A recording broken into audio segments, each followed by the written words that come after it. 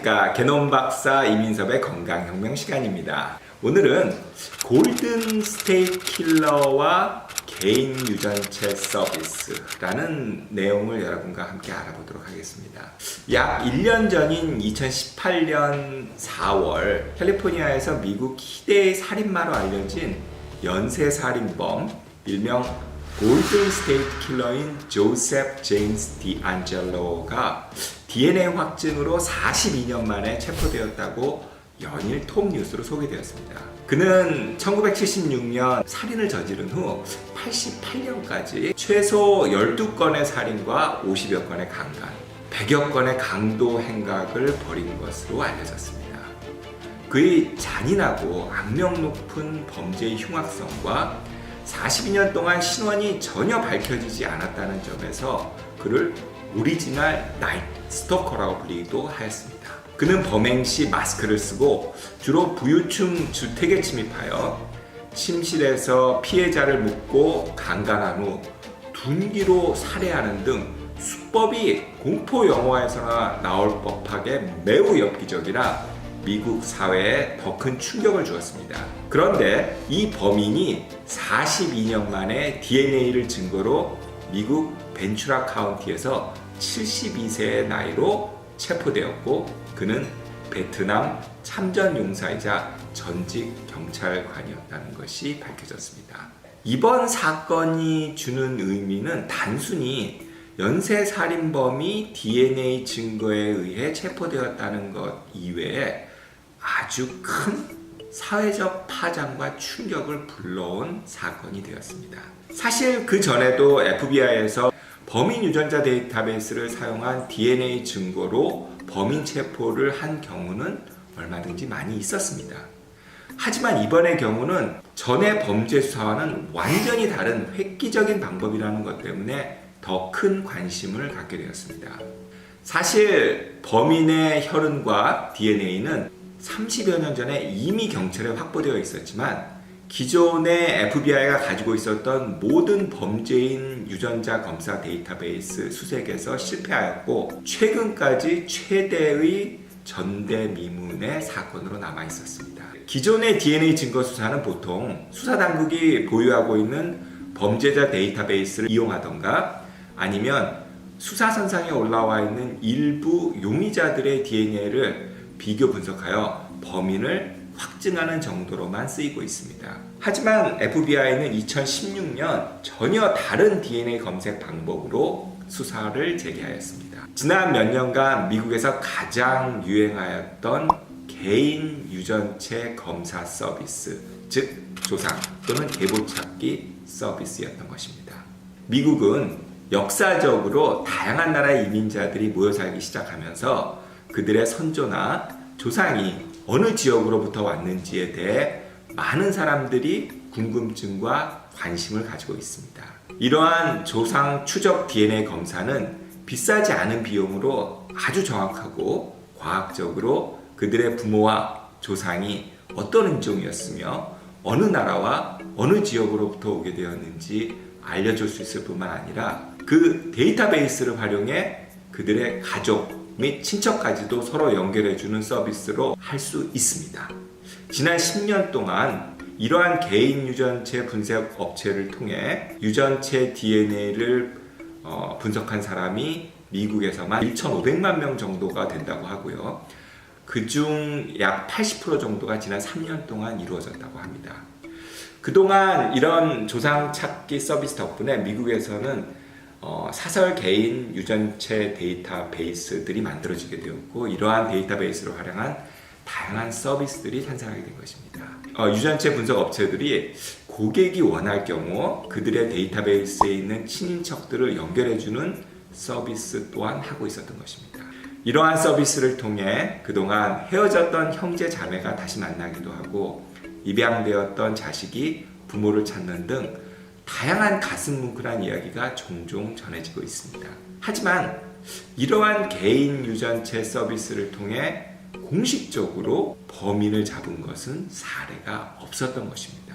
이번 FBI는 옛날 확보된 범인의 일부 혈액으로 범인의 유전체를 분석한 후 가명에 고객으로 가장의 게드매치라는 사설 조상 유전체 분석 서비스 업체에 등록을 하고 무료 친척 찾기 서비스를 신청하였던 것입니다.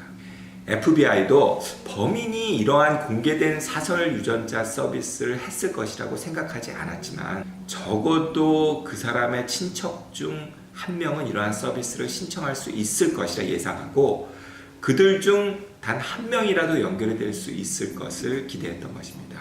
한동안 연락이 없어서 결국 미제 사건으로 남을 뻔했던 이 케이스가 친척 찾기 서비스를 신청한 지 약 1년이 넘어서 드디어 해결의 단서를 찾을 수 있게 되었습니다. 그들의 예상은 적중했던 것입니다. 2018년 친척 찾기 유전자 서비스를 등록한 고객 중 한 명이 가명으로 가장한 범인과 친척이라는 이메일 연락을 해온 것입니다. 유전체 분석은 단순 가족이나 친척 관계만을 파악할 수 있을 뿐 아니라 그 사람과 범인이 몇 촌 관계인지 정확하게 계산할 수 있고 그 관계가 부계인지 모계인지도 알 수 있습니다. 그것을 기반으로 연락 온 친척 찾기 신청 고객의 주변을 탐색해 범인이 조셉일 수 있다는 추정을 하게 되었고 수사망을 좁혀갔습니다. 그리고 마침내 조셉을 추적해 그가 남긴 물건에서 일부의 DNA를 다시 검출하고 기존의 범인 검체와 100% 일치하는 것을 확인했으며 그로부터 단 6일 만에 범인을 검거하게 된 것입니다. 40년 동안 미궁 속에 빠져서 범인을 전혀 예측하지 못했던 사건이 사설 개인 유전체 검사 서비스로 6일 만에 범인의 완벽한 증거인 DNA를 확보하고 체포하게 된 사건이 되었던 것입니다.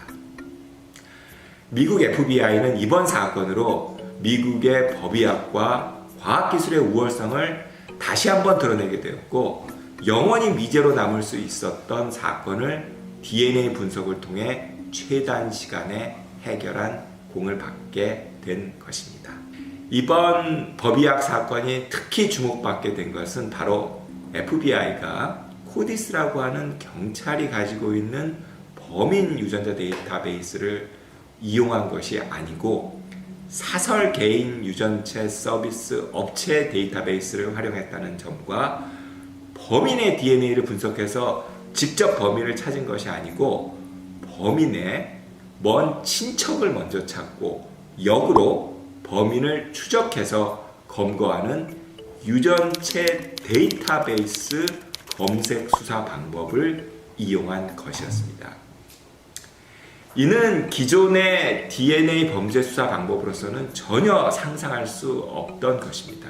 일부에서는 유전체 검사에 의한 개인 사생활 침해와 개인 유전자 정보 유출의 위험성에 대해 많은 우려의 목소리를 내기도 하였습니다. 하지만 이제 개인 유전체 서비스는 미국과 같은 선진국을 시작으로 우리 생활에 빼놓을 수 없는 중요한 위치를 차지하기 시작했으며 그 활용도는 상상을 초월할 정도로 다양하게 확장되고 있는 시대가 되고 있습니다. 한국도 유일하게 제가 설립하여 공동대표를 맡고 있는 EDGC사가 개인 유전체 서비스와 데이터베이스를 활발하게 활용하고 있습니다. 그리고 저희 회사의 조상찾기 서비스는 미국을 비롯한 여러 나라에서 다양하게 사용되고 있을 정도로 뛰어난 기술을 가지고 있습니다. 최근 들어 인간관계의 빅 데이터베이스가 점점 중요해지게 됐습니다. 즉 페이스북의 가장 큰 가치는 전 세계인의 친구 관계를 잘 활용할 수 있도록 만든 네트워킹 플랫폼인 것이기 때문입니다. 인간관계 중에 혈연을 기반으로 한 친인척보다 더 중요한 관계가 있을까요? 그리고 한국은 앞으로 통일의 준비를 위해서라도 개인들의 친인척 관계 데이터베이스의 확보와 구축이 그 언제보다 중요한 시점이 되고 있습니다. 하지만 이러한 데이터베이스는 개인 유전체 서비스를 통해서만 만들어질 수 있는 것입니다. 미국만 하여도 기존의 사설 유전체 업체의 데이터베이스를 FBI가 활용해 이번 사건을 해결하였던 것입니다. 국가나 공인 기업이 페이스북과 같은 서비스를 만들 수 없는 것과 비슷한 이유가 아닐까 생각을 합니다. 미국 역사상 최악의 미제 사건으로 남을 뻔했던 골든 스테이트 킬러는 바로 우리의 개인 유전체 서비스에 의해 아주 쉽게 단시간에 해결된 것이었습니다. 이러한 수사는 현실적으로 개인 유전체 서비스가 존재하지 않았으면 완전히 불가능한 것이었습니다. 이제 범인이 유전자 검사를 받지 않았어도 먼 친척 중에 한 명이라도 유전체 서비스를 받으면 범인을 잡을 수도 있는 새로운 세상이 열리고 있는 것입니다. 어떤 치밀한 범죄도 과학기술의 발전 앞에 그 한계를 드러낼 수밖에 없는 것이고, 그곳에 우리의 게놈이 아주 큰 역할을 했던 것입니다. 이제 게놈 앞에서 더 이상 완전한 범죄는 있을 수 없는 것입니다. 게놈은 미래 사회가 좀 더 안전하고 정의롭게 살 수 있는 세상을 만드는데 큰 도움을 주고 있습니다. 게놈 박사 이민섭이었습니다.